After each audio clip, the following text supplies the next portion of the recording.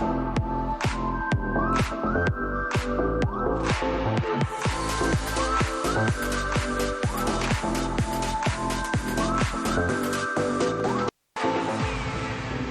Messieurs, bonjour. Très heureux de vous retrouver comme chaque mardi à partir de la station régionale de Constantine pour un nouveau bonjour d'Algérie qui va s'intéresser à plusieurs thèmes différents mais qui va rester quand même solidaire avec ce qui se passe en Palestine. Nos frères, je dis bien nos frères à Gaza souffrent et nous souffrons avec eux, même s'ils sont loin, ils sont près de nos cœurs et chaque minute et chaque massacre qui se fait au quotidien, on n'arrive même plus à trouver les mots pour qualifier ce qui se passe là-bas, c'est inhumain et nous ne pouvons pas rester silencieux. La moindre des choses, c'est de soutenir cette cause noble qui est de défendre sa terre, comme nous l'avons fait durant la période coloniale. Nous avons pris les armes pour défendre notre droit à la terre.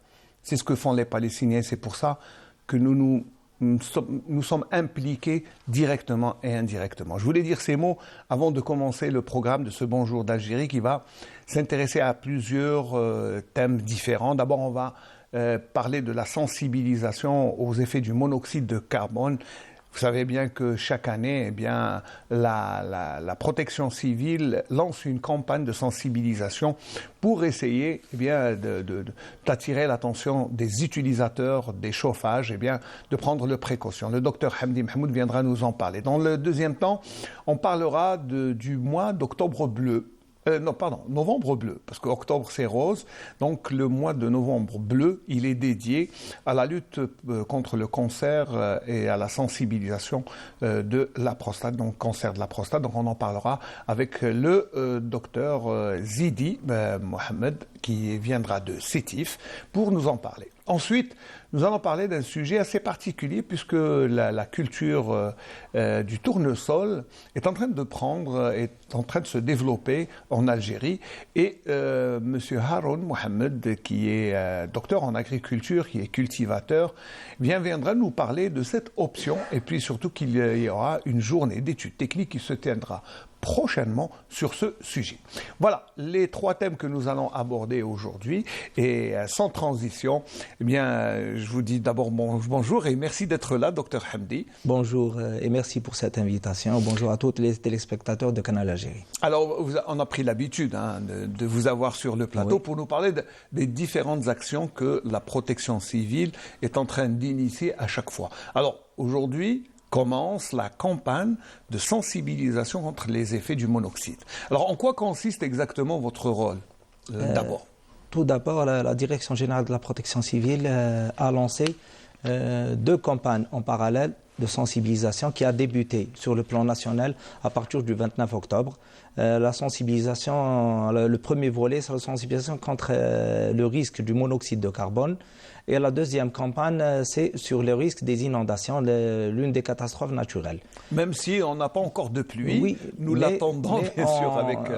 Dans un contexte préventif pour accélérer les choses. Ici à Constantine, aujourd'hui, va débuter aujourd'hui une caravane de sensibilisation pour la sensibilisation contre les effets du monoxyde de carbone avec les partenaires habituels qui sont Sonalgaz et même la santé et même les services du commerce. Donc ils vont faire du porte-à-porte. Cette campagne va commencer au niveau de l'extension ouest Ali Menjli. Très bien. Alors, pourquoi l'extension à Ali Menjli? Parce que c'est de nouveaux logements, c'est de nouvelles habitations. Donc, qui dit nouveau logement, nouveau chauffage. Voilà, oui, nouvelle installation. Nouvelle installation pour vérifier, surtout nos partenaires Sonalgaz, ils peuvent vérifier le réseau d'installation du gaz et même l'installation des chauffe-bains et donner des conseils aux locataires de ces logements. Très bien. Ça, c'est pour la Sonelgaz, puisque c'est le fournisseur du gaz. Donc, l'installation, il est obligé d'apporter une attention et d'attirer l'attention. La santé, c'est normal, parce que c'est un problème de santé, parce qu'il y a risque de mort. Quelles sont les précautions à prendre? Donc, les médecins donnent aussi des conseils. Oui, concernant ce volet, nous donnons des conseils, nous, en tant que protection civile, sur les risques du monoxyde de carbone, sur ce plan, où vous savez que le monoxyde de carbone, il se produit comment? C'est lors de la combustion incomplète. La combustion incomplète du gaz va produire du monoxyde de carbone. La combustion complète du gaz va nous donner du CO2 plus de l'eau. Mais la combustion incomplète va nous donner du CO. La cause de la production de ce CO, c'est surtout le non-respect de l'installation du réseau du chauffage, d'alimentation et d'évacuation des fumées. Donc, cette campagne a été initiée au début de l'hiver, au début du mois, mais de l'hiver, parce que l'hiver, ça va commencer.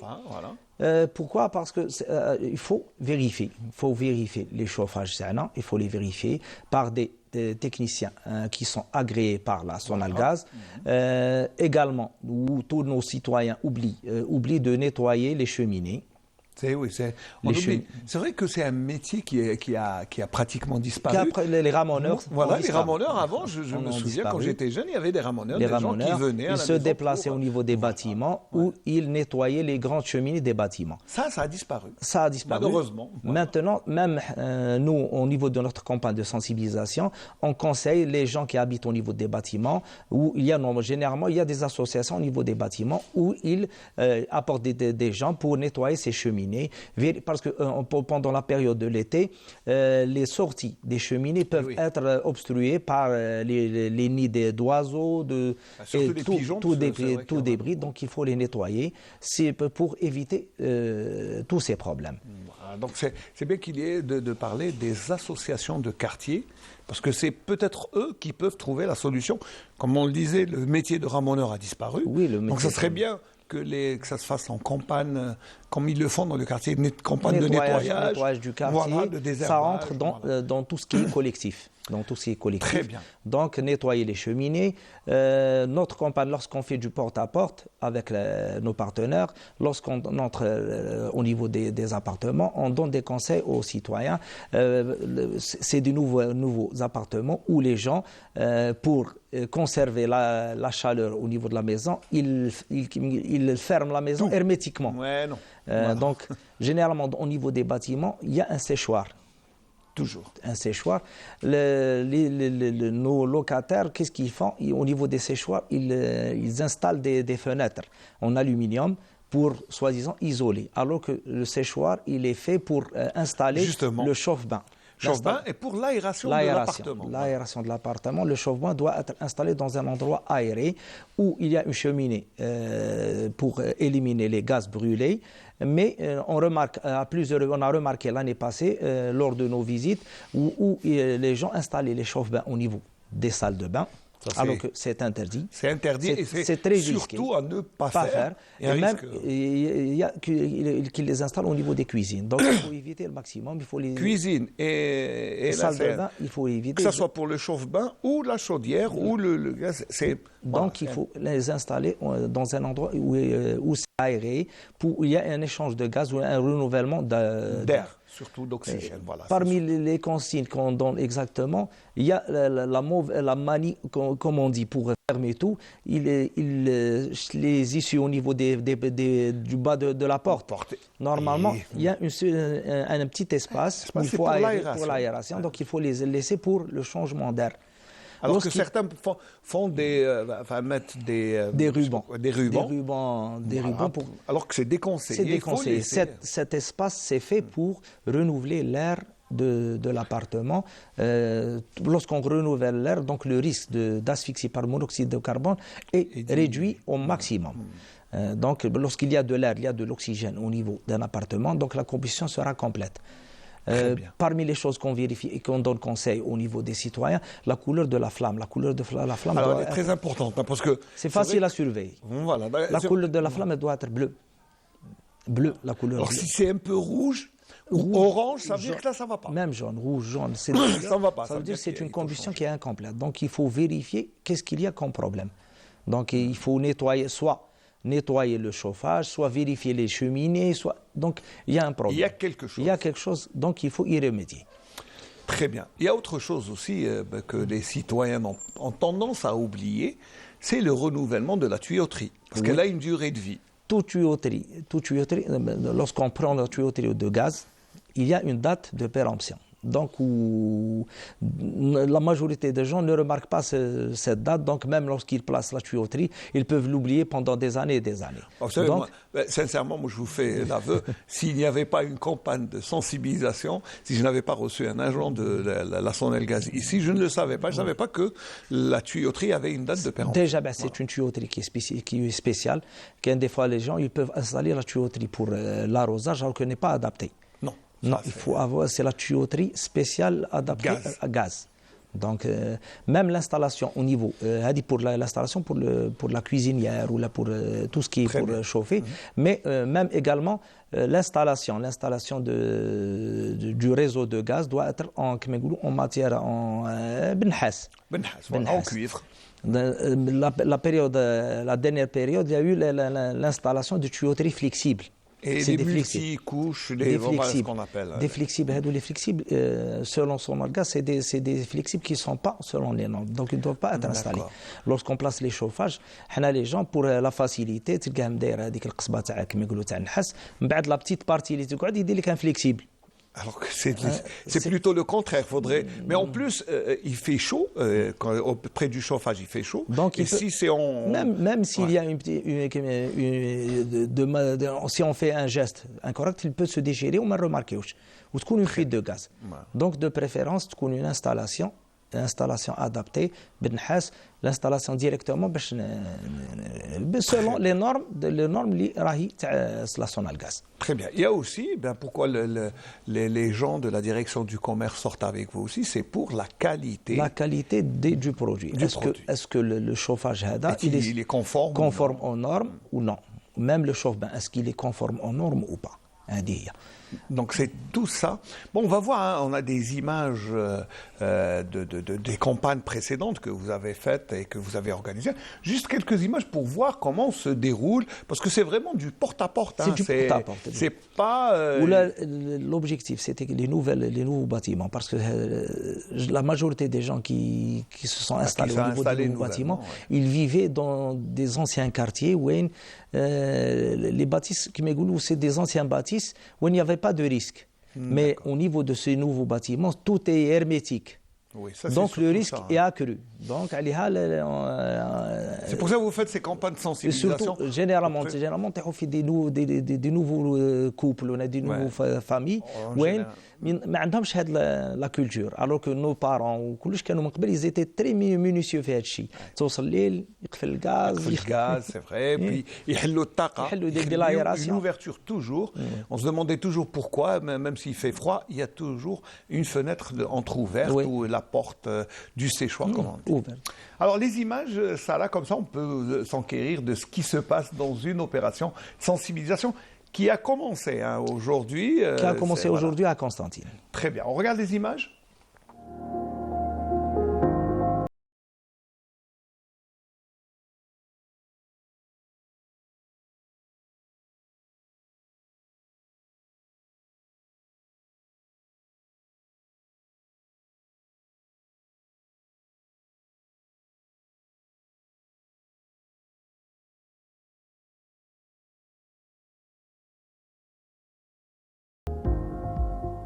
من المستحسن كما نديروا التوصيلات الداخليه للفرن عندنا هنا تكون بالنحاس من النحاس ما تكونش بهذا الانبوب المطاطي اللي حنا الانبوب هذا غير معتمد. ثم انت كي تحب تراقب التوصيلات الداخليه تاعك تاع الغاز كنقولوا التوصيلات الداخليه الاجهزه وهذه التوصيلات تتصل بالرقم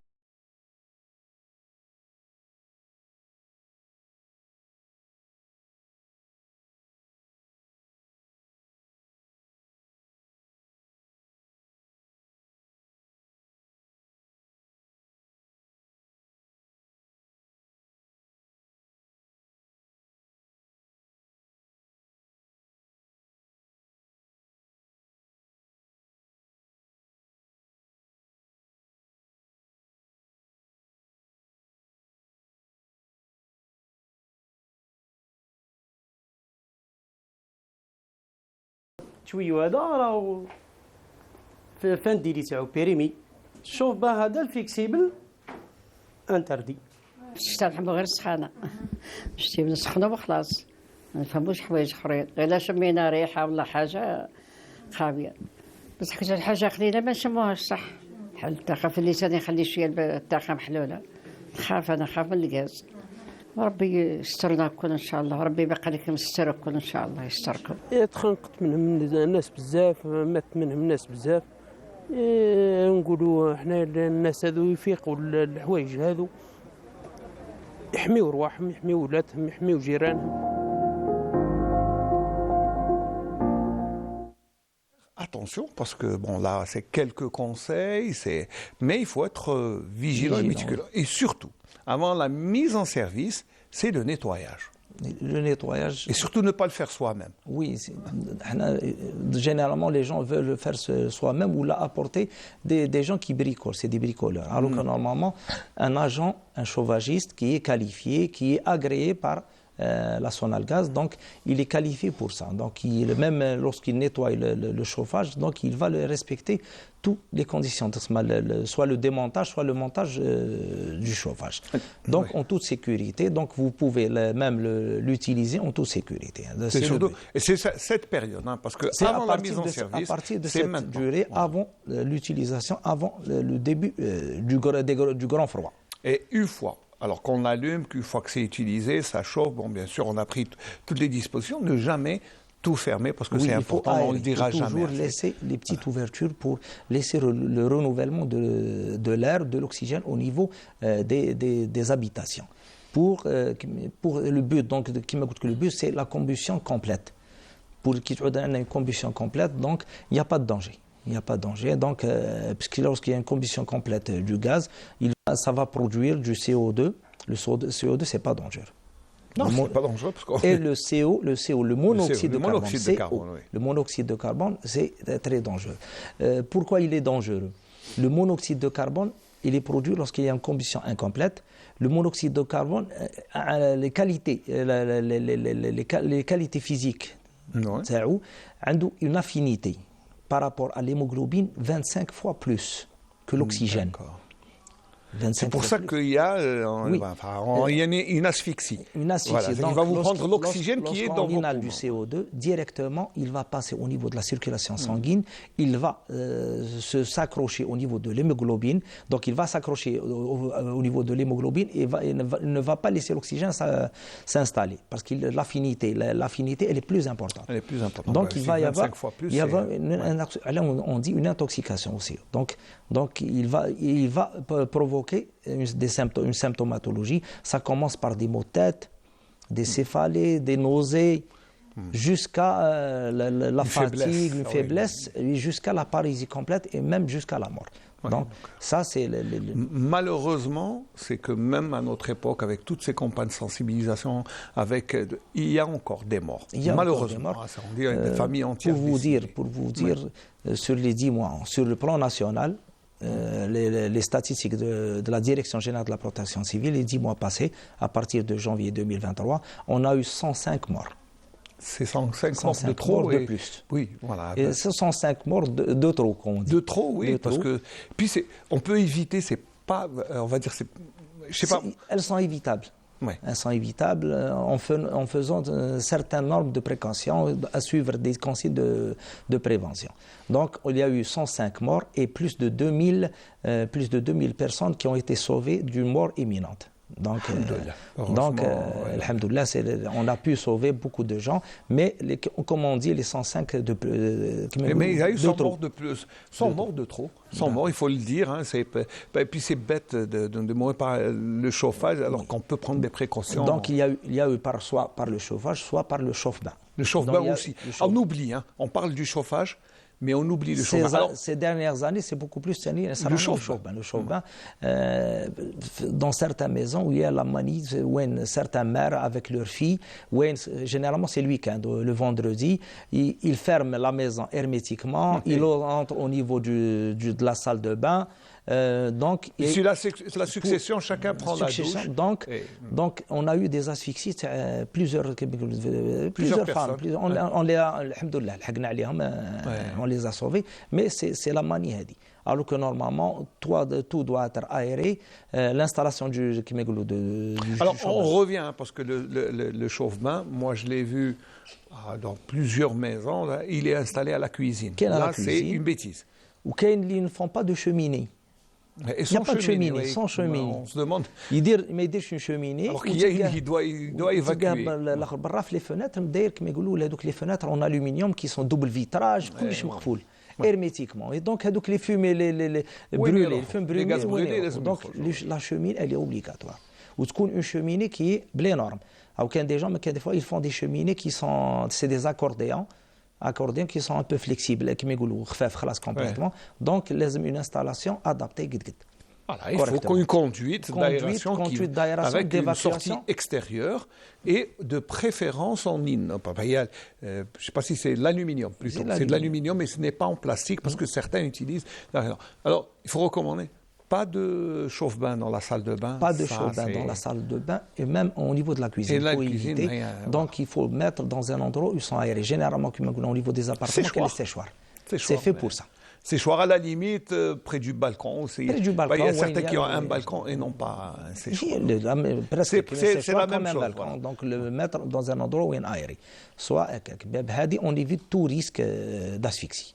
Alors, on ne le répétera jamais assez. Il faut faire attention. Et au chauffe-bain et au gaz, et choisir surtout. Alors pour le choix, je pense qu'il faut essayer. Je crois que Sonelgaz a une sorte de certification pour le chauffage, s'il est bon ou pas. Donc ça serait bien aussi. C'est entre la Sonelgaz et entre la direction du commerce. Oui, les chauffages qui sont agréés, ils sont selon les normes algériennes, selon les normes adaptées. Très bien. Alors il y a un petit appareil détecteur de gaz. Alors là, est-ce qu'on doit pas poser? La Sonelgaz est a même réfléchi à construire son propre détecteur. Je ne sais pas s'ils sont arrivés. Il faudra peut-être les inviter la semaine prochaine pour nous en parler. Mais les détecteurs de CO sont très efficaces. Au niveau de la protection civile, on a des détecteurs de CO mobiles. Lorsqu'on fait nos interventions, on pénètre au niveau des appartements où il y a risque d'asphyxie au CO. C'est des détecteurs qui vont indiquer le seuil de CO au niveau de l'appartement. Et c'est des détecteurs qui sont sonores. Donc réellement, il y a un bip sonore. Lorsqu'on est au niveau on atteint le seuil de dangerosité, ça commence à sonner et rapidement. Donc il y a un danger important. Donc il faut évacuer le plus rapidement les victimes qu'il y a au niveau de cet appartement et aérer et fermer l'arrivée de gaz. Voilà. Mais comme vous dites, donc actuellement, il y a l'installation au niveau des appartements de détecteurs de CO. C'est très efficace. Ça a son efficacité. Voilà. Donc, voilà, ces détecteurs qui sont sonores. Lorsque ça atteint un degré, une alarme qui se commence à signaler. Donc, ça va vous... Donc on conseille aux gens de mettre un peu plus d'argent s'ils peuvent se permettre. C'est pas très cher, mais c'est en tout cas quelque chose de bien qu'on peut mettre à la maison. Ça peut éviter les grandes catastrophes. Donc l'installation de ces détecteurs de CO est très efficace. Merci. Alors il reste quelques minutes pour parler de la campagne de sensibilisation des inondations. Vous faites quoi exactement en tant que protection civile pour sensibiliser les gens? Donc comme je vous ai dit, la Direction générale protection civile a initié 2 campagnes en parallèle pour la sensibilisation contre les asphyxies du CO et les inondations parmi les grandes catastrophes. Cette campagne doit viser surtout les établissements scolaires, surtout les primaires, les CEM. Pourquoi? Parce que les enfants sont plus réceptifs. Ils sont plus réceptifs. Même tout à l'heure dans le sujet, on a vu la sensibilisation au gaz s'adresse d'abord aux enfants parce que les enfants sont des fois plus réceptifs et même c'est eux qui vont influencer leurs parents. Il va le lui faire rappeler parce que les enfants ils n'oublient pas, donc ils sont réceptifs à ça, surtout les enfants. Même la campagne on l'a fait partout au niveau des établissements scolaires, au niveau des universités, cités universitaires. Donc c'est un large Oui, public. c'est un large Donc, public. مع les associations, donc en collaboration avec nos partenaires, dans le but de sensibiliser sur le risque des inondations, l'asphyxie CO, accidents de circulation, mais surtout, كما قلت لك la campagne هذه تاعنا inondation et asphyxie au CO. D'accord, les inondations, c'est déjà nettoyer les avaloirs parce qu'il y a un risque de Oui. pluie à n'importe quel moment. Même dans les services concernés, c'est les services communaux, même les services de l'hydraulique, ils commencent à nettoyer les avaloirs. Les avaloirs, c'est important. Donc, pour éviter, lors de pluies importantes, les crues d'eau qui peuvent être... Surtout qu'il faut toujours, enfin, c'est pas, il faut prévenir nos amis qui nous regardent, c'est que quand il y a une longue période où il n'y a pas de pluie, quand ça vient, ça veut dire qu'il y a de grandes quantités. Aujourd'hui, on annonce un peu de pluie dans la région de Constantine. Oui. Ben, tant mieux. Marhaba, la pluie, ça se fait attendre. Mais il faut aussi prendre des précautions parce qu'il y a des risques. Il y a un risque surtout s'il y a une longue période où il n'y a pas eu de pluie, des avaloirs. Il y a un cumul au niveau des avaloirs. Lorsqu'on fait un nettoyage, donc le risque, il est réduit au minimum. D'accord. Donc on va essayer, nous, d'inviter la semaine prochaine les gars de la commune pour essayer de voir ce qu'ils font. Parce que c'est important, les avaloirs. Même au niveau de Constantine, il y a Mazadou, je remarque que les services communaux sont en train de nettoyer au niveau de certains quartiers. Même les avaloirs sont en train de les nettoyer. Donc on va dire que c'est en faveur de votre campagne de sensibilisation et bien sûr, les accidents de la circulation routière, on ne cessera jamais de dire, essayez de... C'est la campagne, elle est le long de l'année, toute l'année, toujours avec nos partenaires, soit la police nationale, soit la gendarmerie nationale, chacun au niveau de son territoire. C'est au niveau des points fixes des barrages où nous sensibilisons les conducteurs de véhicules sur les risques des accidents de circulation. C'est surtout ça parce que, on le dit, malheureusement, il y a toujours des accidents. Des accidents graves, des morts et même des blessés qui peuvent avoir des handicaps importants. Donc c'est pour ça qu'à chaque fois, on le répète, hein, même si ça peut être rébarbatif, mais c'est ça.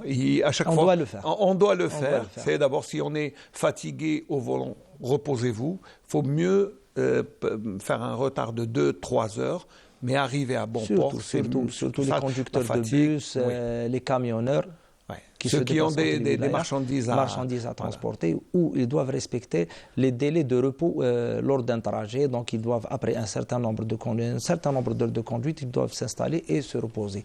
Ils sont en train d'installer les aires de repos. C'est pour ça. C'est fait pour ça. Mais moi, ça me fait plaisir quand je vois les camionneurs dormir un peu. Je me dis, au moins, ils se reposent. C'est un danger de moins. Alors, par quoi on peut terminer? Là, je crois qu'on a fait un peu le tour de la question, mais surtout, on répète peut-être les conseils aux citoyens, aux utilisateurs et du gaz, de la route, et surtout ceux qui ont des avaloirs près de chez eux. Voilà. Donc, il faut faire attention. Il faut faire attention. Merci, docteur Hamdi, je vous remercie. Et puis, surtout, votre disponibilité. Je sais que vous avez du travail. Merci. On vous laisse continuer votre campagne. Je vous souhaite bon courage à vous et tous les éléments de la protection civile. Et puis, nous, on va transiter vers le mois d'octobre bleu. On va en parler avec le docteur Ziti, qui est chirurgien urologue à l'hôpital de Sétif. Mais entre-temps, on va transiter par la sortie de promotion des pharmaciens. Ils ont organisé une petite cérémonie à la grande salle Ahmed Bey. Et puis notre ami Nabil Yagoubi s'est rendu pour nous ramener ces images.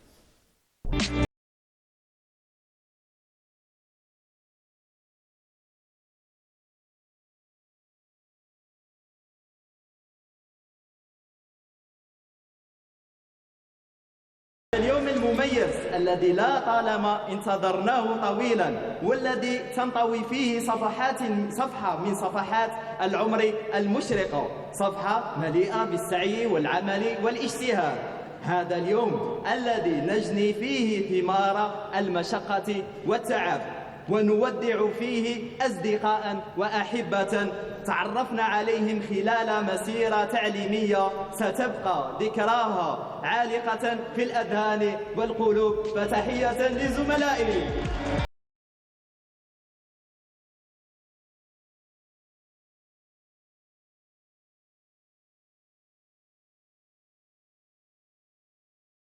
لي الشرف أن نكون الأولى على هذه الدفعة صيدلة 2017 والحمد لله بعد تعب طويل وسنوات طويلة قدرت أني نفرح والديا الحمد لله. فرحة لا توصف باليوم بعد جهد وتعب الحمد لله وصلت لهذه النتيجة. أريد أن أشكر والدي والعائلة تاعي كامل أنه تعبوا معايا وصلنا للمرحلة هذه مع بعضنا. الحمد لله يعني على الإنجاز هذا ورانا فرحانين بزاف. يعني الواحد ما يعرفش يعبر واش يهضر واش هي الحمد لله. جيت نشارك معكم الفرحة تاعي، فرحة تاع 6 سنين من تعبي، من الجهد اللي درته في هذه 6 سنين. هذا شي ستريس، لو تراك، سورمناج، عندي ما فوت في 6 سنين هادو، مي الحمد لله. اليوم جيت نشارككم ونشارك بنتي وجميع الطلبة اللي نجحوا الفرحة تاعهم تاع التخرج تاعهم. فرحة عظيمة يعني والحمد لله.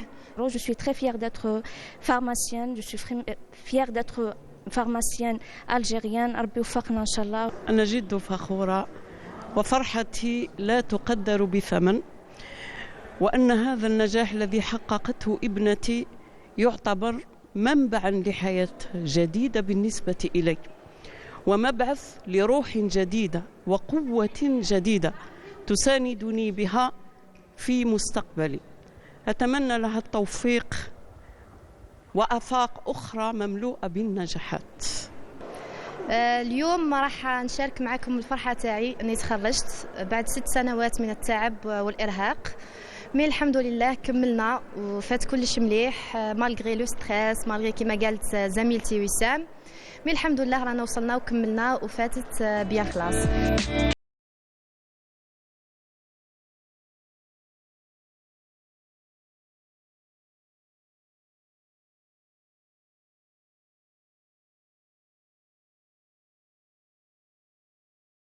تخصصات بزاف، منها يقدر يفتح صيدليه يخدم بريفي، منها يكمل البحوث تاعو في لا كارير اوسبيتال يونيفرسيتير. دونك عندهم دي سبيساليتي بزاف، الميكروبيو، البارازيتو، بيوشيمي وهذاك.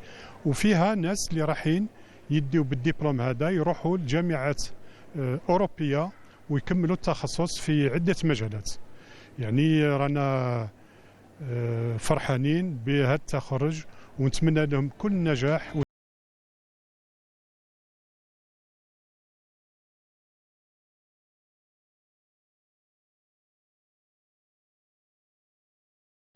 Voilà donc la sortie de promotion, la dernière des pharmaciens. Alors souhaite bon courage pour la suite qui est une carrière professionnelle, Inch'Allah d'autres études. Alors, on n'est pas très loin du domaine, on va parler de médecine, d'urologie et je reçois le docteur Zidi Mohamed. Merci d'être là, vous êtes chirurgien urologue, c'est ça, je ne me trompe pas? Oui, oui. Au CHU de Sétif. À l'hôpital de Ain Oulmen, très exactement, c'est la banlieue de Sétif. Voilà, c'est le docteur Zidi, chirurgien urologue. Merci. Non, la moindre des choses. D'abord, vous êtes là pour nous expliquer d'abord pourquoi il y a un mois de novembre bleu. On connaissait le mois d'octobre rose qui est dédié à la lutte contre le cancer du sein. Là, bleu, c'est pour la prostate et c'est pour les hommes. Exactement. Alors pourquoi le mois de novembre? Alors l'histoire du novembre bleu, justement, elle remonte à 2003. Ça se passe en Australie. C'est justement la Movember Fondation Charity qui a créé cette action, justement pour sensibiliser et l'opinion publique et la société, mais surtout les hommes, sur justement les maladies masculines, en l'occurrence le cancer des testicules et le cancer de la prostate. Alors la prostate, on sait qu'elle a un rôle dans la vie quotidienne, elle est seulement chez les hommes, il faut le dire. Et c'est quoi exactement? Parce que quand elle prend des proportions, je pense que c'est là où elle devient inquiétante, c'est ça? Exactement, oui. Alors la prostate, comme vous l'avez dit, c'est un organe typiquement masculin, c'est un organe de l'appareil urogénital masculin, c'est un organe et une glande en même temps. Alors ici, on a une maquette d'un appareil urinaire masculin, on peut reconnaître les 2 reins. Les 2 reins, c'est visible, voilà. Là, on a les glandes surrénales. Les reins vont bien sûr... Tournez vers la caméra, comme ça, voilà, et là, essayez d'expliquer. On a les vaisseaux sanguins, une artère et une grosse veine. Les reins vont bien sûr filtrer le sang et fabriquer les urines. Les urines des reins vont descendre vers la vessie par ce qu'on appelle les canaux de l'urtère. Très bien. Voilà, pour arriver à la vessie qui sert comme un conteneur des urines avant l'évacuation. Et là, vous allez me dire, bien sûr, où est cette fameuse prostate. Alors, la prostate, c'est un organe qui se cache bien. Et là, on va devoir aller encore plus bas pour découvrir la fameuse prostate qui est située, comme vous le voyez, au-dessous de la vessie et qui est un organe dans les cas normaux. Ça, c'est la normale. Ça, c'est une dimension normale de la prostate. Voilà. C'est un organe qui ne dépasse pas la taille d'une châtaigne et qui pèse environ 25 à 30 grammes. Très bien. Voilà. Pour ça, c'est pour expliquer. Alors, et finalement, c'est quoi exactement le cancer de la prostate? On l'appelle aussi adénome de la prostate, c'est ça? Non. C'est pas la même. Justement. Alors, c'est totalement différent. Alors, le cancer de la prostate, comme tout organe, malheureusement, elle peut être touchée par ce qu'on appelle un cancer de la prostate. Ce cancer va commencer par des cellules normales prostatiques qui vont se transformer en cellules anormales et qui vont commencer à se diviser d'une façon totalement anarchique et incontrôlée pour commencer à former une tumeur. Au début, cette tumeur va être localisée à l'intérieur de la prostate, puis au fur et à mesure de la division incontrôlée de ces tumeurs, la tumeur va sortir de la prostate pour aller vers les organes voisins. On appelle ça un cancer localement avancé, mais qui reste toujours dans la région prostatique, et à des stades très avancés, ce cancer va migrer vers d'autres organes. Oui, il va toucher, bien sûr. On parle de cancer métastatique. Alors, quand est-ce qu'on doit s'inquiéter? Quand est-ce que c'est les symptômes dire peut-être qu'il y a un cancer de la prostate ou au moins une anomalie au niveau de la prostate? Voilà, justement, je vais vous surprendre. Il n'y a pas de symptômes propres au cancer de la prostate. Et dans la majorité des cas, on va recevoir des patients qui consultent pour d'autres symptômes, des symptômes qui sont des symptômes urinaires, mais qui ne sont pas dus justement au cancer de la prostate. Ils vont être causés par justement l'adénome de la prostate, qui est une pathologie totalement bénigne. C'est une pathologie liée à l'âge du patient et qui est due au grossissement normal et anodin de la prostate avec l'âge. Et là, on doit profiter bien sûr pour essayer de chercher un cancer de la prostate. Alors les chiffres sont un peu inquiétants, faut le dire. C'est-à-dire que, au-delà de 55 ans, je crois 80% des hommes font un problème de prostate. On ne va pas dire un cancer. Voilà. Risque. 80, c'est important. Oui, c'est tout à fait juste. Alors, pour justement, à quel âge faut-il consulter? Quand on a des symptômes urinaires, il faut, à n'importe quel âge, il faut très vite aller consulter si on a des symptômes urinaires. Si on a des difficultés à uriner, il faut le dire. Si on a des difficultés à retenir ou à évacuer, là c'est un problème. Là, il faut bien sûr aller consulter, mais le but de justement le dépistage, c'est inciter les hommes à aller consulter, même s'ils sont en très bonne santé et sans avoir aucun symptôme à partir de l'âge de 50 ans.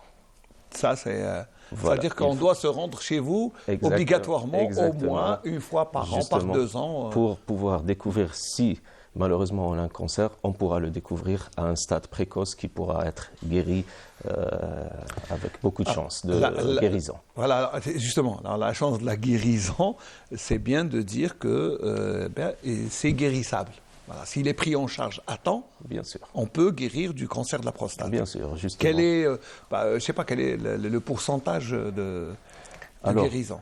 Justement, dans un cancer qui est découvert à un stade précoce, dans le stade justement localisé à l'intérieur de la prostate, il faut savoir que les malades qui sont traités on aura 98% de malades qui auront au moins une espérance de vie de plus de 5 ans. Pour un cancer, c'est très bien. Oui, voilà, de guérir d'un cancer et de vivre au moins 5 ans après, c'est très bien. Mais j'insiste toujours, c'est pour les cancers qui vont être diagnostiqués à un stade localisé et précoce. D'accord, donc d'où l'intérêt de consulter d'abord régulièrement. Exactement. Et puis surtout d'aller voir le médecin, même si on n'a pas de... Bon, il y a l'âge, le facteur âge, pardon, il n'y a rien à dire. C'est au-delà de 50 ans, on doit avoir un médecin, un neurologue pour essayer de détecter. Exactement. S'il y a une anomalie ou non. Voilà. Exactement. Et là, vous parlez peut-être des facteurs de risque du cancer de la prostate. Il faut savoir qu'il n'y a pas de causes directes qui vont amener à développer un cancer, mais on parle de facteurs de risque. Le premier facteur de risque, c'est bien sûr l'âge. À partir de 50 ans, les vrais risques d'avoir un cancer commencent à apparaître. Comme facteur de risque, on peut avoir les antécédents familiaux.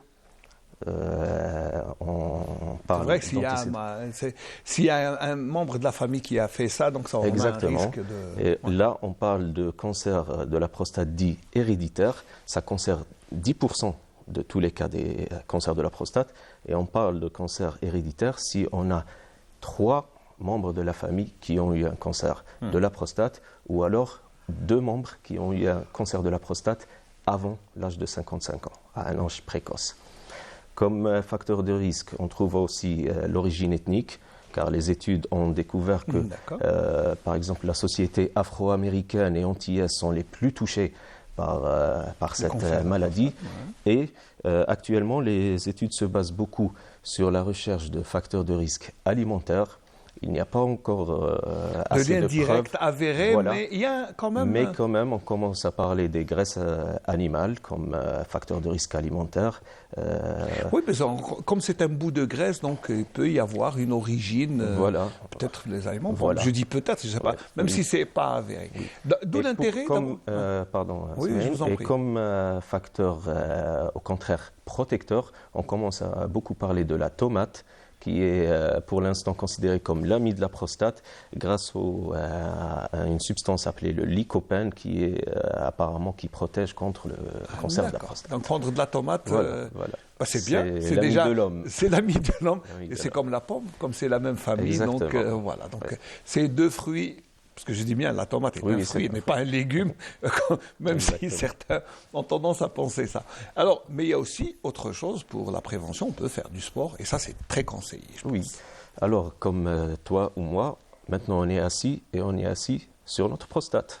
Quand on voit l'anatomie, oui, il y a justement beaucoup d'études qui ont prouvé que plus on marche, plus on va se protéger contre ce cancer de la prostate. Ce cancer, parce qu'il faut le dire, même si, bon, on le sait qu'après, pour la guérison, quand on détecte rapidement, précocement, si l'on peut le dire, il y a aussi l'intervention chirurgicale. Bon, on fait, donc il y a une intervention. Exactement, mais bien avant ça, l'intervention, je voudrais bien parler du dépistage proprement dit. Oui, comment se fait ce dépistage? Il faut savoir qu'en Algérie et dans tout le monde, il n'y a pas de dépistage organisé.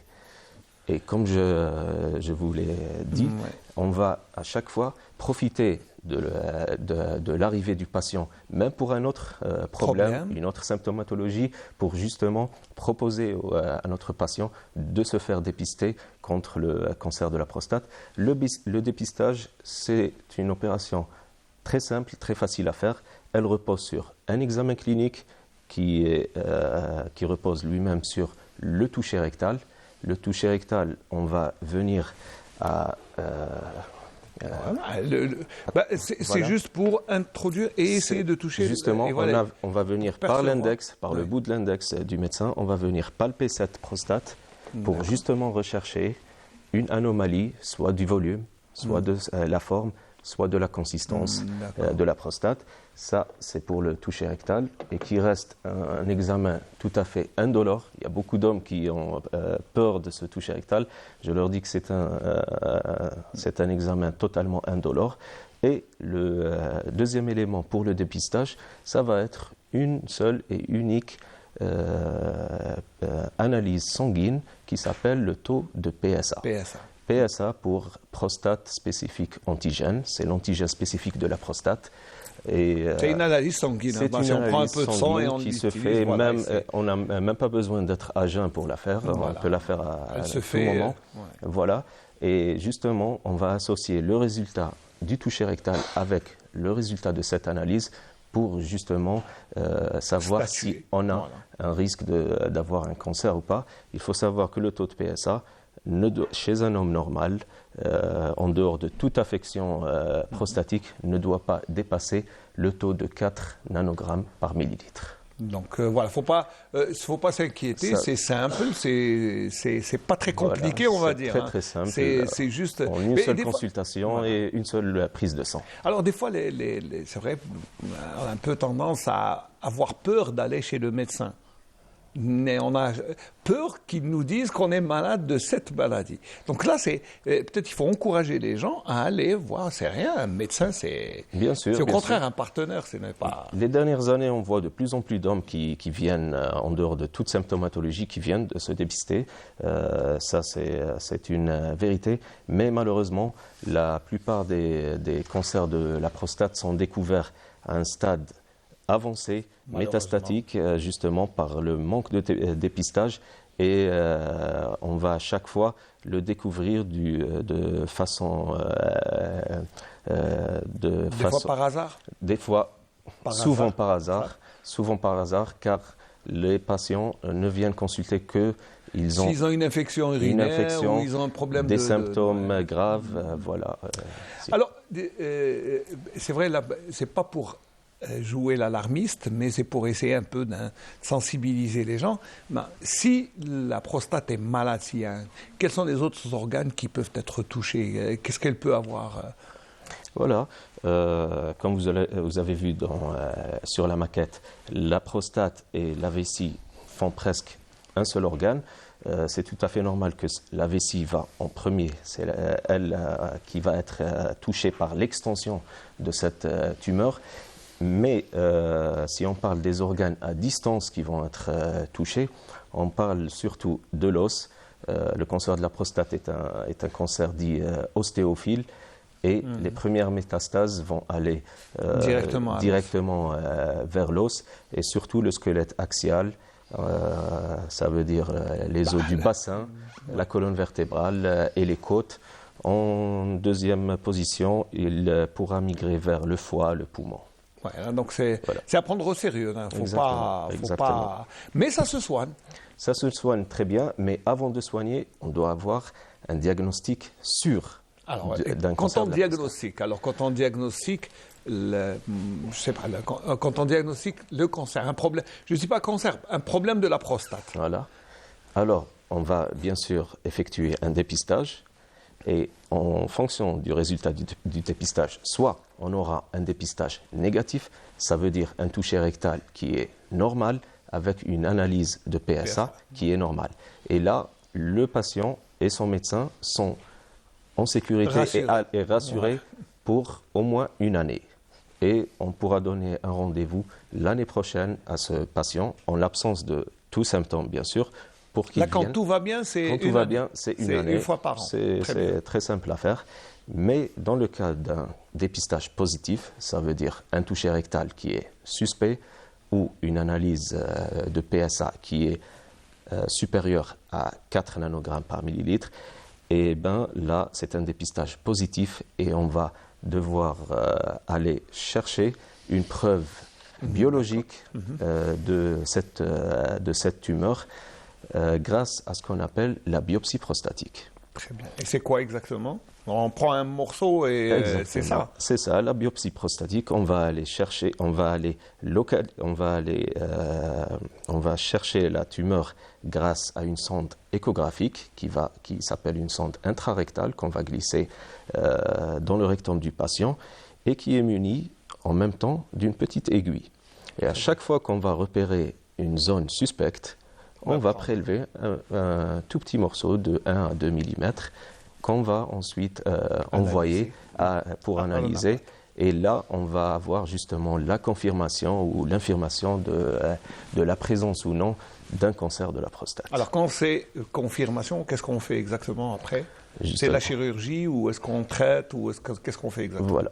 Eh bien, on dispose de plusieurs options thérapeutiques avec le cancer de la prostate, plusieurs armes thérapeutiques, et le choix du traitement va surtout reposer sur le stade de cette tumeur au moment du diagnostic. On va classer cette tumeur comme soit en tumeur localisée, localement avancée, ou alors métastatique. Plus, on va classer cette tumeur en fonction du risque de progression. En tumeur à faible risque de progression, risque intermédiaire de progression ou haut risque de progression. Et en fonction de cette classification qui va être faite par le spécialiste, qu'on va avoir le choix de notre traitement. Alors pour les traitements disponibles, la quasi-totalité des traitements mondiaux sont disponibles en Algérie. Le premier traitement, bien sûr, reste la chirurgie. Déjà, c'est le traitement numéro 1 et qui va consister à l'ablation de toute la tumeur de toute la glande prostatique avec la tumeur à l'intérieur. On a aussi la radiothérapie. La radiothérapie, son principe, on va venir irradier la tumeur grâce à des rayons de façon à brûler ou détruire les cellules tumorales. On a la radiothérapie, on a la curithérapie, c'est une autre forme de radiothérapie plus précise qui va aller directement à la tumeur et l'irradier sans toucher les organes avoisinants. On dispose aussi de l'hormonothérapie, de la chimiothérapie, surtout pour les cas avancés. Et en même temps, on peut associer plusieurs traitements, comme la chirurgie avec la radiothérapie, la chirurgie avec l'hormonothérapie, justement pour améliorer et avoir le maximum de chances de guérison pour notre patient. Ça veut dire que c'est pas très compliqué, plus on diagnostique précocement, dépiste la maladie, plus on peut prendre en charge et c'est guérissable. Et même après l'intervention chirurgicale, pas trop de soucis, on va dire. Exactement. Diagnostiquer un stade localisé, notre patient va pouvoir guérir totalement de son cancer, chose qui est très bien, et avoir une vie tout à fait normale. Presque normale. Voilà, justement pour insister sur ce dépistage et l'importance. Alors, le dépistage, c'est important de dire. Dont le rôle est justement de découvrir le prostate au stade le plus précoce possible.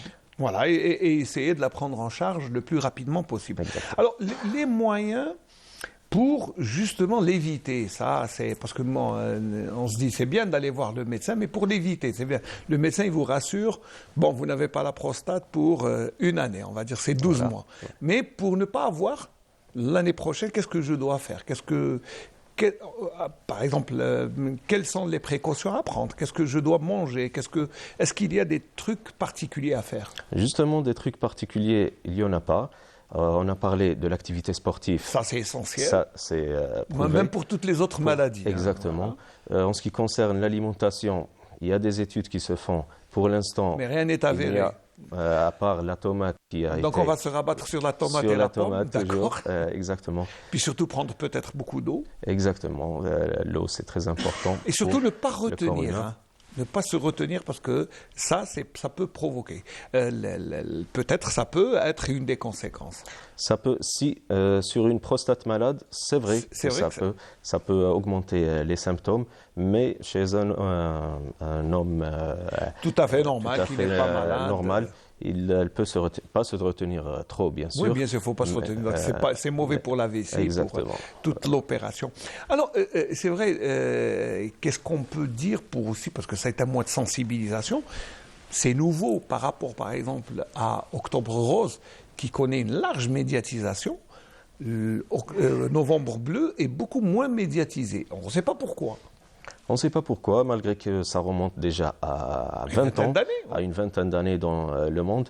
Mais quand même, ces dernières années, ça commence on commence à avoir de vraies actions de dépistage, de sensibilisation un peu partout dans les services, dans les cabinets médicaux. Par exemple, vous, au niveau de votre service, est-ce que vous recevez beaucoup plus de malades durant le mois de novembre que les autres mois qui viennent vous dire, moi, j'ai entendu parler de la prostate, je fais un examen? Pas forcément, mais des malades avec des cancers de la prostate, on en reçoit tout au long de l'année. Moi, personnellement, chaque semaine, malheureusement, je reçois au minimum un cas de cancer de la prostate, qui est justement, ça reste quand même... Quand même, vous êtes on va dire, vous êtes dans une petite bourg, c'est pas une grande ville, c'est pas... Donc ça veut dire que c'est un problème à prendre au sérieux. Bien sûr, et ça reste le premier cancer chez l'homme au-dessus de 50 ans et la première cause de mortalité chez les hommes de plus de 70 ans. C'est pour dire que c'est sérieux. Exactement. Et qu'il faut prendre au sérieux. Alors, qu'est-ce qu'on pourrait faire encore pour essayer de sensibiliser les quinquagénaires à venir bien se faire consulter? Voilà. Justement, je les invite dès aujourd'hui. Exactement. Ils viennent.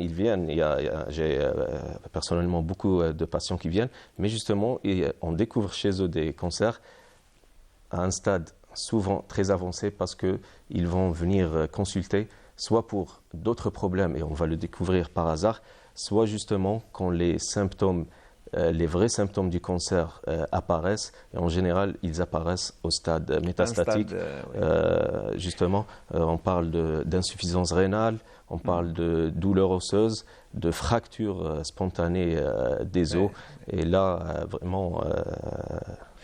comme il n'y a pas de symptômes précis, on ne sait pas à quel moment on doit s'inquiéter. Donc là, il vaut mieux jouer le rôle dans la prévention que dans le traitement. Voilà, c'est vrai que c'est le cancer de la prostate. Je l'appelle le cancer sournois, car il ne s'exprime très peu, voire pas du tout.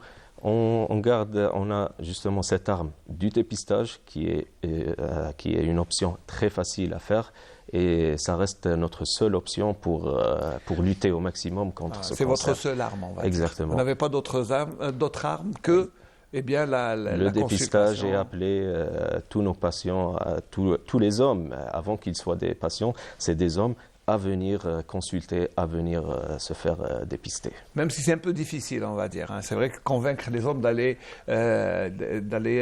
faire une consultation chez l'urologue pour la prostate, c'est un peu difficile. Justement, mais c'est quelque chose de tabou, mais il faut y aller. Exactement. Il ne faut pas attendre 50 ans. C'est des tabous, c'est des fausses idées, voilà. Et docteur, il faut dire aussi qu'on a vu des cas de cancer de la prostate à 39-40 ans. Ça arrive. C'est rare, mais ça arrive. C'est rare, mais ça arrive. À l'âge de 40 ans, ça arrive.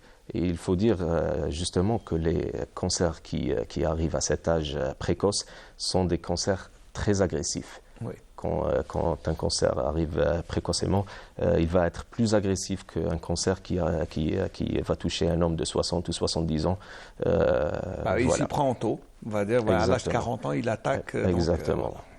Alors, pour conclure, docteur, qu'est-ce qu'on peut leur dire? Alors, faites du sport d'abord, mangez sain, bio, mais aussi allez consulter le médecin. Ça, c'est sûr. Alors, pour conclure, comme je l'ai dit, c'est le premier cancer chez l'homme de plus de 50 ans. C'est la première cause de mortalité chez les hommes de plus de 70 ans. Le dépistage existe. C'est un dépistage très simple, très facile à faire. Les traitements existent. Découvert à un stade précoce, on guérit du cancer de la prostate.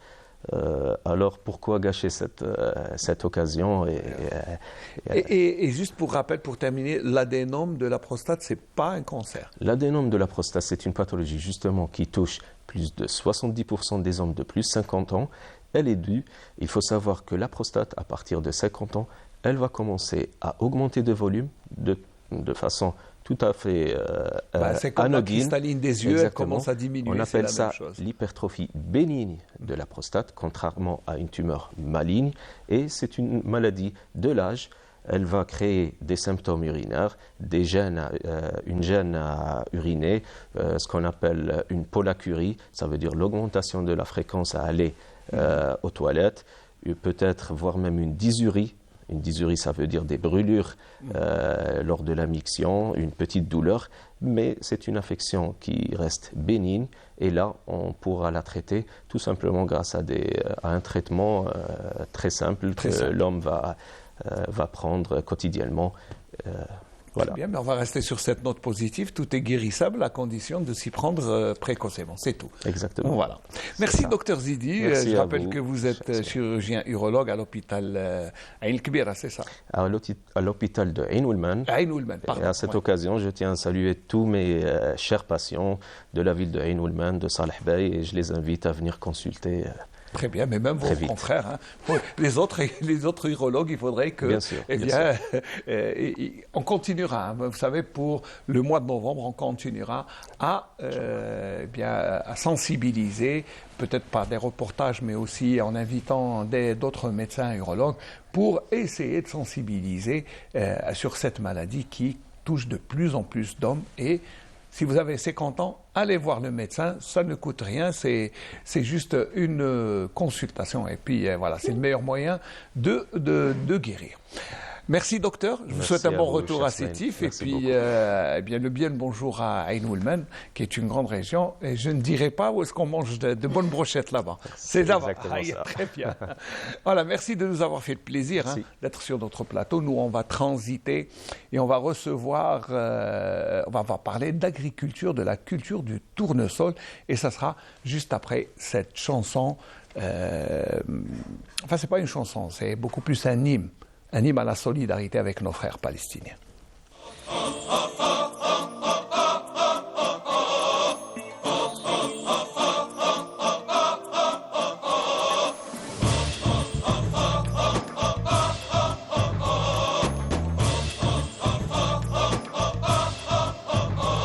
من غزة أرض العزة أرض التين والزيتون ارفع رايات النصر لا تخضع لبني صهيون غزة أرض العزة أرض التين والزيتون ارفع رايات النصر لا تخضع لبني صهيون يا رامي الحجر الصامت ثائر دوما ومجاهد يا رامي الحجر الصامت ثائر دوما ومجاهد وبرغم الظلمة منصور وبرغم القسوة عائد وبرغم الظلمة منصور وبرغم القسوة عائد عائد عائد عائد عائد عائد عائد عائد عائد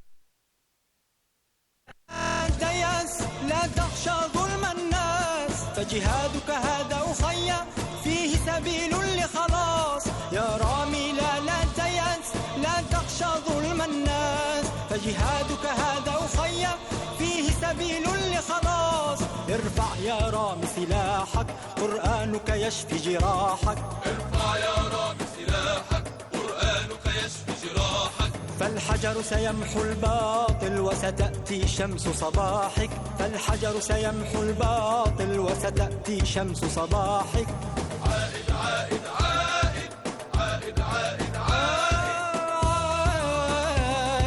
عائد عائد عائد يا شيخا كنت قائدا ورفعت رايات الدين بجوار الله شهيدا يا أحمد يا ابن ياسين يا شيخا كنت قائدا ورفعت رايات الدين بجوار الله شهيدا يا أحمد يا ابن ياسين يا شيخا عالي الهمة أيقظ بجهاده أمة يا شيخا عالي الهمة أيقظ بجهاده أمة في الله سنأمل دوما لا في سلام أو قمة في الله سنأمل دوما لا في سلام أو قمة عائد عائد عائد عائد عائد عائد عائد عائد عائد يا قدس عهد منا أن نبقى فيك رجال فالنصر وإما الجنة مطلب يصنع أبطال يا قدس عهد منا أن نبقى فيك رجال فالنصر وإما الجنة مطلب يصنع أبطال إنا أجناد الله نحيا صناع حياة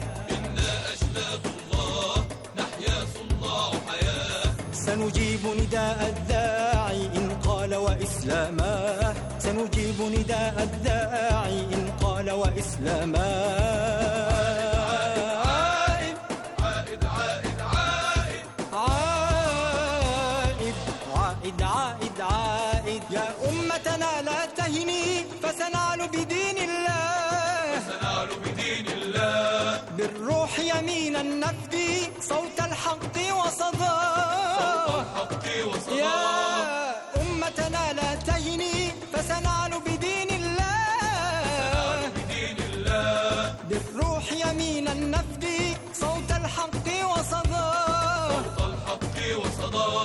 هنا غزة الحرة تنادي هنا نصر وكسر معادي هنا غزة الحرة تنادي هنا نصر وكسر معادي هنا يهتف أقصانا دوما عائد يا جيش بلادي هنا يهتف أقصانا دوما عائد يا جيش بلادي العزة قادم ثائر كالبركان حرر الأقصى لا نعلو نمحو قيد الطغيان.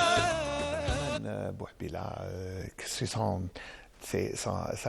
dernier clip qu'il nous a offert, on le remercie. Et puis c'est l'engagement aussi des artistes aux côtés de nos frères palestiniens qui, je rappelle, souffrent au quotidien. À chaque minute, il y a des morts et ça, c'est insoutenable. Nous allons quand même essayer de continuer à vivre, parce que la vie continue, et à parler d'agriculture. Mohamed Haroun, marhaba bik, merci d'être là. Merci d'avoir répondu à notre invitation. Merci, merci. Alors, le sujet est un peu, on va parler un peu de la culture du tournesol, qui va faire l'objet d'un thème, d'une journée technique dans la wilaya d'El Tarf la semaine prochaine. Voilà. Alors, pourquoi d'abord parler de la culture du tournesol, spécialement une journée technique spécialement pour ça, pour le tournesol? Pourquoi? D'abord, il faut dire que ces cultures oléagineuses, que ce soit le tournesol ou bien le colza, ce sont des cultures stratégiques. Donc, ils ont un intérêt économique et un intérêt agronomique. Nous consommons beaucoup d'huile, nous importons beaucoup d'huile, nous importons beaucoup de tourteaux parce qu'à partir de ces cultures, lorsqu'on fait une extraction, donc on a de l'huile et on a des tourteaux.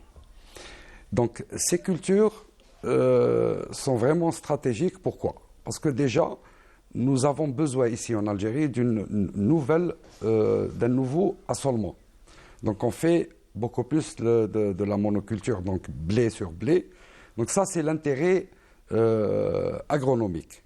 Ça veut dire que quand on change, c'est bien pour la terre. C'est ça, exactement. Voilà, c'est pour simplifier. Justement, avec ces conditions climatiques qui ont tendance à s'aggraver, donc on doit s'adapter. L'adaptation, donc, c'est la rotation assolement. Introduire une nouvelle culture. Donc, et l'Algérie, ces cultures ont déjà été faites ici en Algérie. Donc, à Constantine, nous avons commencé par le colza entre 2005 et 2008. C'était une excellente expérience. Donc, on avait repris en 2019 des essais et après, ça a été introduit dans un programme national. Le tournesol, c'est une culture de printemps. Donc le tournesol aussi a un intérêt agronomique. Donc le précédent, que ce soit pour le tournesol ou le colza, le précédent est excellent. Nous avons fait des essais. D'ailleurs, cette année, c'était une année d'essai pour le tournesol. Donc il y a eu au nord, donc à Naba, Tarf, des essais, donc à Oran, dans certaines wilayas du centre, et aussi dans le sud, donc à Timimoun, où il y a eu quand même 2000 hectares de semis. Donc cette année, il va y avoir le lancement. Et ça c'est l'objet de la journée qui va être organisée dans la wilaya de Tarf. Et donc j'aimerais bien faire passer un message à nos amis agriculteurs. Moi-même, j'ai déjà cultivé cette spéculation qui a donné de très bons résultats. Bien sûr, il y a les aléas climatiques qui changent, mais il faudrait s'adapter.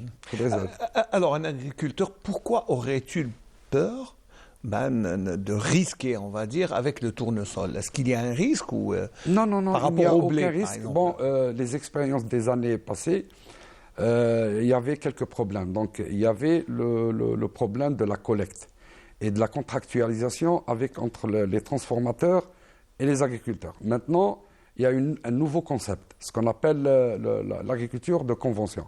Ziraat Aqoudiya. Donc il y a une convention entre le transformateur et celui qui va collecter, qui va faire le service avec les agriculteurs, et une convention entre le collecteur et l'agriculteur. Là, on va assurer le prix, la régularité de la production. Donc l'agriculteur va s'occuper uniquement dans voilà, il est assuré de vendre son produit, voilà, le produit de sa récolte. Voilà. Absolument.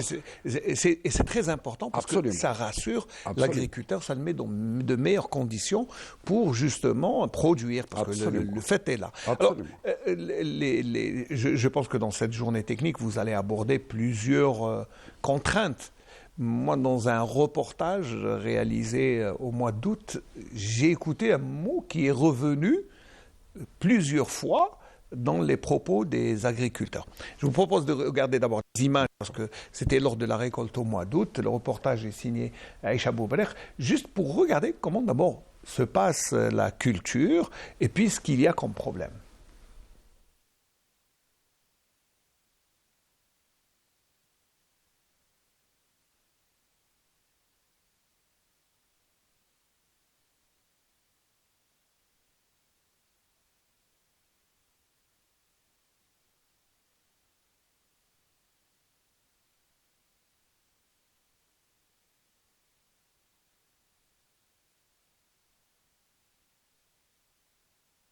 زرعناها تبعناها نظفناها وكلناها حميناها ودروك احنا قاعدين نجنيو في الخير اللي عطته لنا بصح لازم يكون الماتريال اديكوات تو لا ميكانيزاسيون اديكوات. احنا عندنا كذلك في قالما مساحه اكبر من هذه شويه 10 كترات ونص. لو برودوي تاعنا راهو سيميلار كيما هذه. النصائح كمختص اول حاجه لو ديزيربون، الحشيش هذيك نحيتو باليد باش نهبطوا لو كو. الماشينه باش تكون ادابتي عندها اون بار دو كوب سبيسيال باش نقصوا الماء. احنا في قالما اون لا كوندوي على ريغي.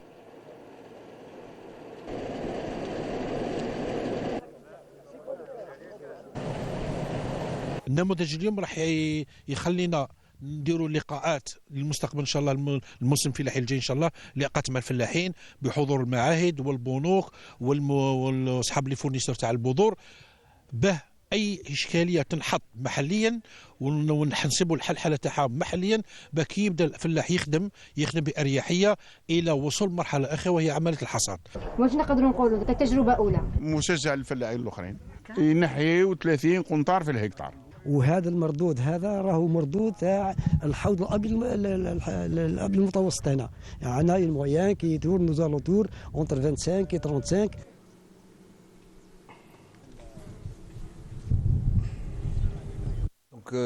Alors c'est encourageant. Oui, justement là j'étais présent, c'était chez un agriculteur, un ami, M. Bourgiba, à Naba, donc qui a eu un rendement qui avoisine les 30 quintaux. Donc c'est un rendement quand même avec quelques accidents de parcours, justement pour la mécanisation. Donc là il faut mettre les points sur les i. Il faut avoir une mécanisation adéquate, que ce soit pour le semis ou pour la récolte. Là, déjà, il a eu beaucoup de pertes.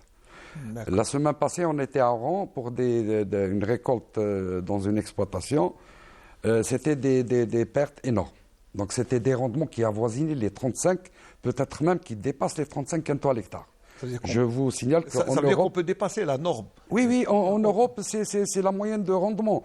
Ici, en Algérie, nous avons le soleil en plus. En plus, oui. En plus, donc les oléagineux ont besoin de soleil. Oui. Donc si on arrive à régler ce problème de la mécanisation, je sais que M. le Président de la République a incité les institutions, que ce soit financières ou pour ouvrir un petit peu les portes, mais il faudrait maintenant se prendre en charge. Donc il faut aller compter sur... Voilà, il faut, absolument, que ce soit pour la mécanisation, pour le semis, pour la récolte ou pour l'irrigation. Et nous pouvons faire beaucoup mieux, parce que dans l'expérience du colza, ici à Constantine, nous avons eu des moyennes de 22. Donc, et ça en pluvial. Donc chez moi, j'ai fait des plateformes d'essai sur 3 années, donc sur 3 étages bioclimatiques, enfin sur 3 types de précipitations. Ça varie de 15 jusqu'à 22 quintaux à l'hectare.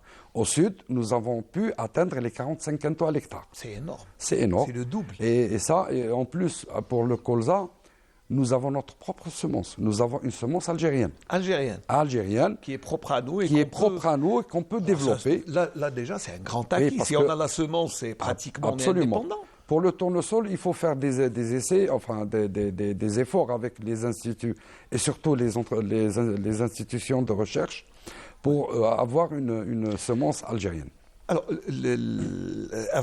j'aimerais bien qu'on s'arrête un peu sur le colza parce que c'est spécifique et c'est bien. Et le colza, il faut dire que c'est quelque chose qui est très recherché dans le monde. Absolument, c'est une huile qui est très recherchée. Qui est un peu plus chère que la huile. Oui, elle est plus chère que l'huile de tournesol ou de soja. Elle a beaucoup de caractéristiques techniques et technologiques qui sont excellentes. Ouais. Donc elle est diététique. Elle est bonne pour la santé. Absolument. Voilà. Et même pour le tourteau, qui est quand même tourteau qu'on utilise pour l'alimentation des bovins.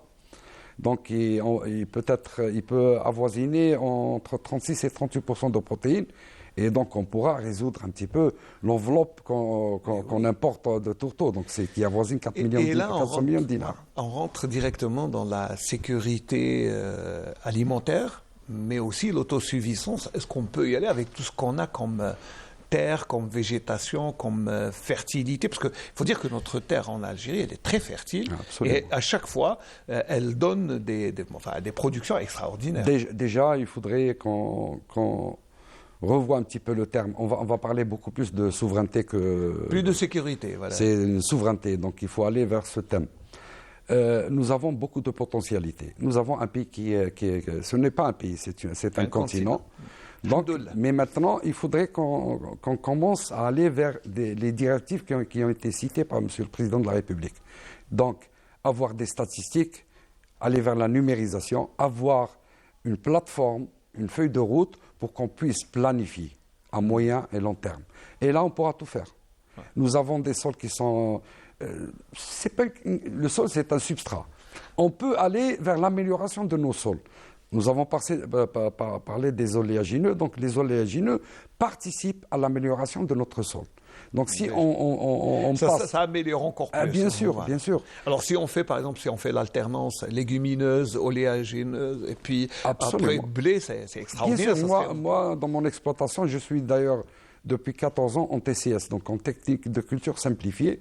Donc, alternance. Donc, c'est un type de conduite quadriennale. Donc, je fais un peu de colza, un peu de légumineuse, après des céréales. Après, je fais une association fourragère. Donc, j'ai quantifié la matière organique qui a augmenté, qui était de 0,1 à 2,3. Donc là, c'est une amélioration. Une autre chose, j'ai quantifié les céréales après colza. J'ai eu 9 quintaux en plus, en précédent colza, par rapport à l'autre parcelle. Donc ça, Oui, parce que c'est une démarche scientifique. Absolument. D'où l'intérêt d'avoir une feuille de route faite par les gens du terrain. C'est ce que vous voulez dire. Absolument. On peut planifier je sais pas, planifier puis mettre de l'ordre un peu parce qu'il y a le potentiel existe. Absolument. Vous parlez d'un chiffre extraordinaire, énormément haut.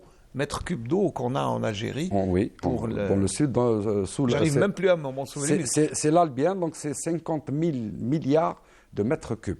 Donc la nappe albienne qui touche à 75% en Algérie, un petit peu la Libye, un petit peu la Tunisie. Nous sommes en train de faire de l'agriculture intensive. Vous savez qu'au sud, nous avons deux types d'agriculture. Il y a l'agriculture ancestrale qui est l'agriculture oasienne, et nous avons maintenant l'agriculture intensive. Mais là, il faut faire attention. Il faut parler de durabilité, surtout pour l'utilisation de l'eau. Moi, au sein de notre fédération, parce que je suis président d'une fédération Alger des grandes cultures et des cultures industrielles, nous avons commencé à parler d'un cahier de charge pour l'agriculture saharienne.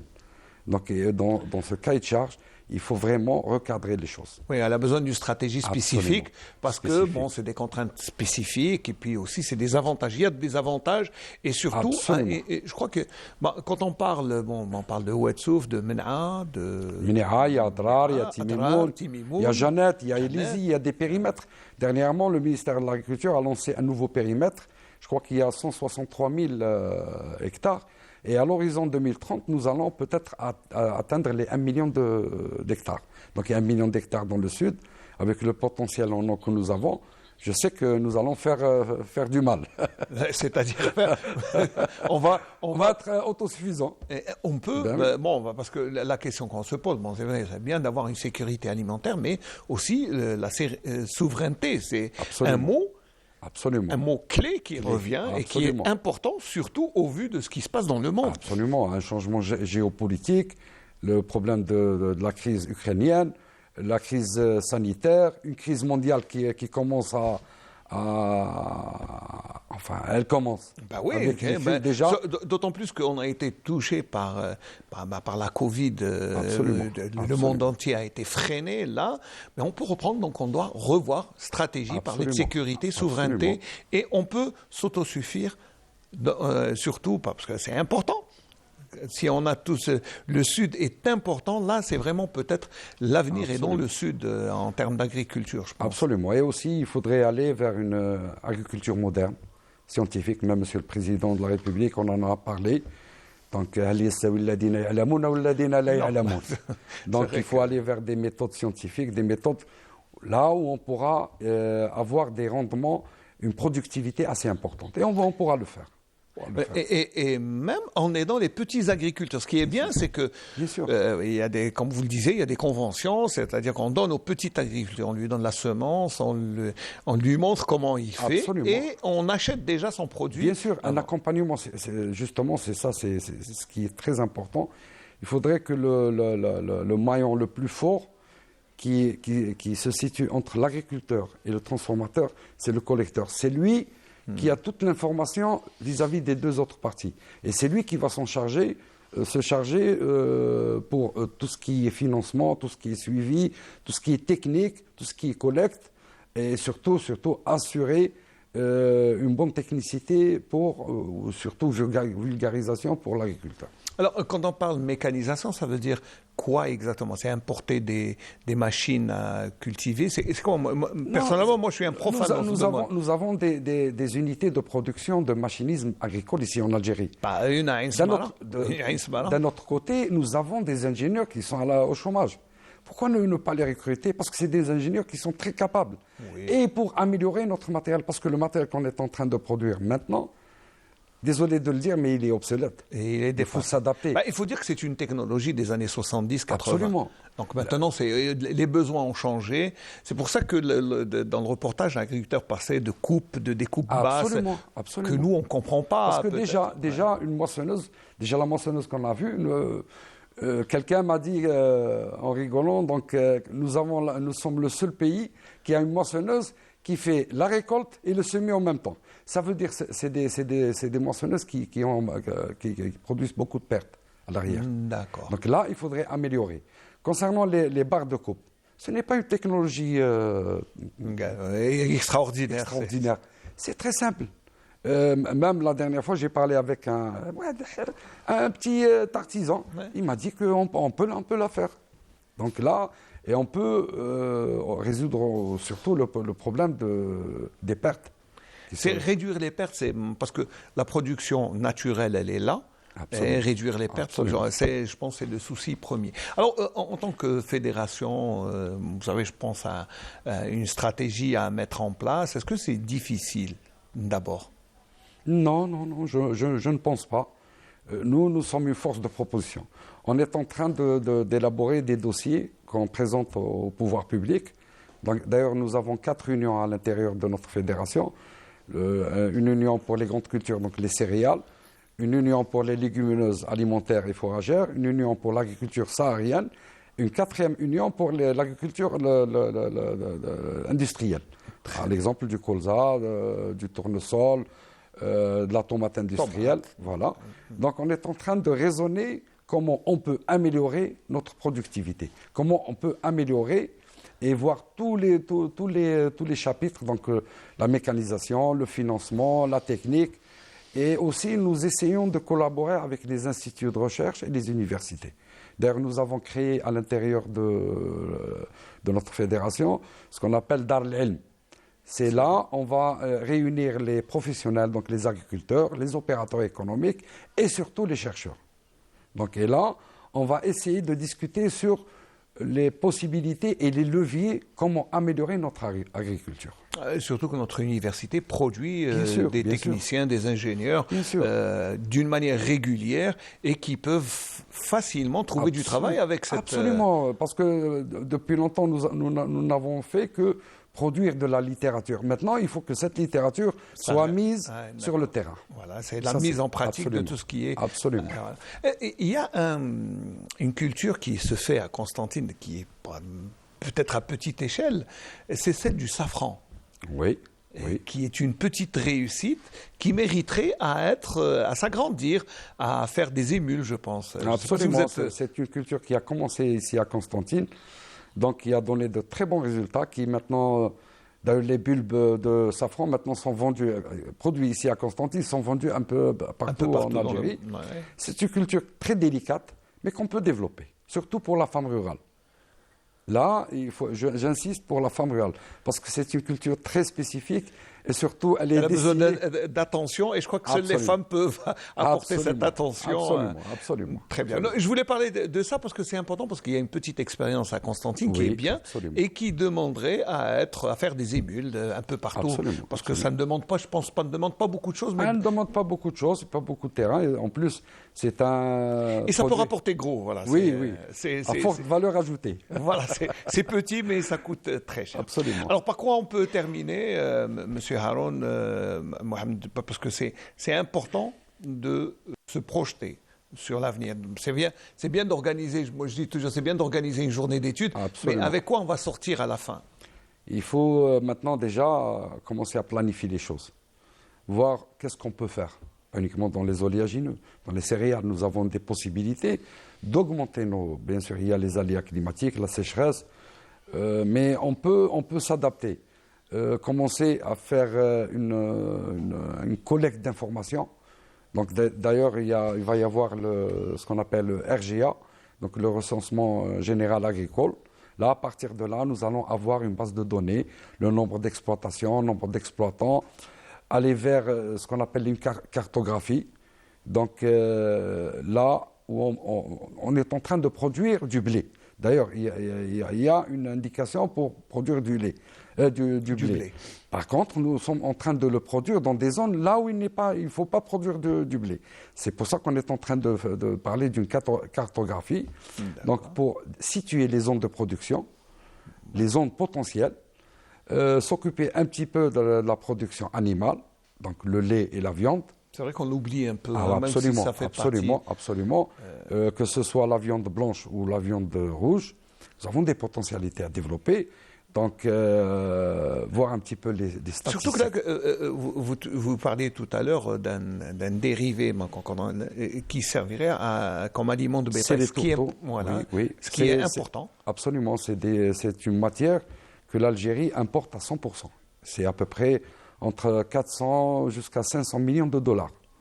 Donc entre le tourteau et l'huile, c'est à peu près 1,2 milliard ou 1,4 milliard Donc on peut grandement aider l'État à amortir un peu ces... Absolument. Et la production animale, ce n'est pas uniquement le tourteau. Si on arrive à alterner et faire rentrer une production végétale et à la développer, que ce soit au nord ou au sud, on va résoudre pas mal de problèmes. Pour la production aviaire aussi, on peut faire beaucoup de choses. Nous avons, dans les années 90, ce qu'on appelait la ration algérienne. Donc des produits de substitution, à l'exemple du triticale, du pois protéagineux, on peut les intégrer. C'est des productions qu'on peut faire ici en Algérie. Et substituer ce qu'on importe. Donc tout est bon pour la réduction des importations et je pense qu'il y a... on vous souhaite bon courage. Merci. Je rappelle que vous êtes non pas seulement agriculteur mais aussi président de la fédération des agriculteurs, des unions. Et c'est bien de parler en tant que professionnel et de réunir toutes les compétences professionnelles pour améliorer et aller vers ce que vous disiez, la souveraineté alimentaire.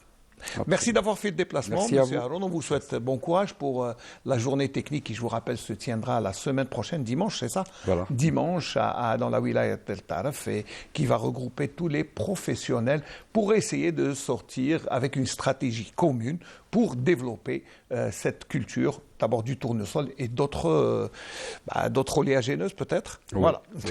Merci. Je vais remercier aussi toute l'équipe qui nous a accompagnés depuis tôt ce matin. On arrive en fin d'émission. Je vais remercier Sarah Yerlef, mais aussi tous les techniciens qui sont là, mobilisés à partir de la station régionale de Constantine pour vous présenter ce Bonjour d'Algérie. Je vous souhaite un bon week-end et je vous retrouve, Inch'Allah, si tout va bien, mardi prochain pour un autre Bonjour d'Algérie. Au revoir.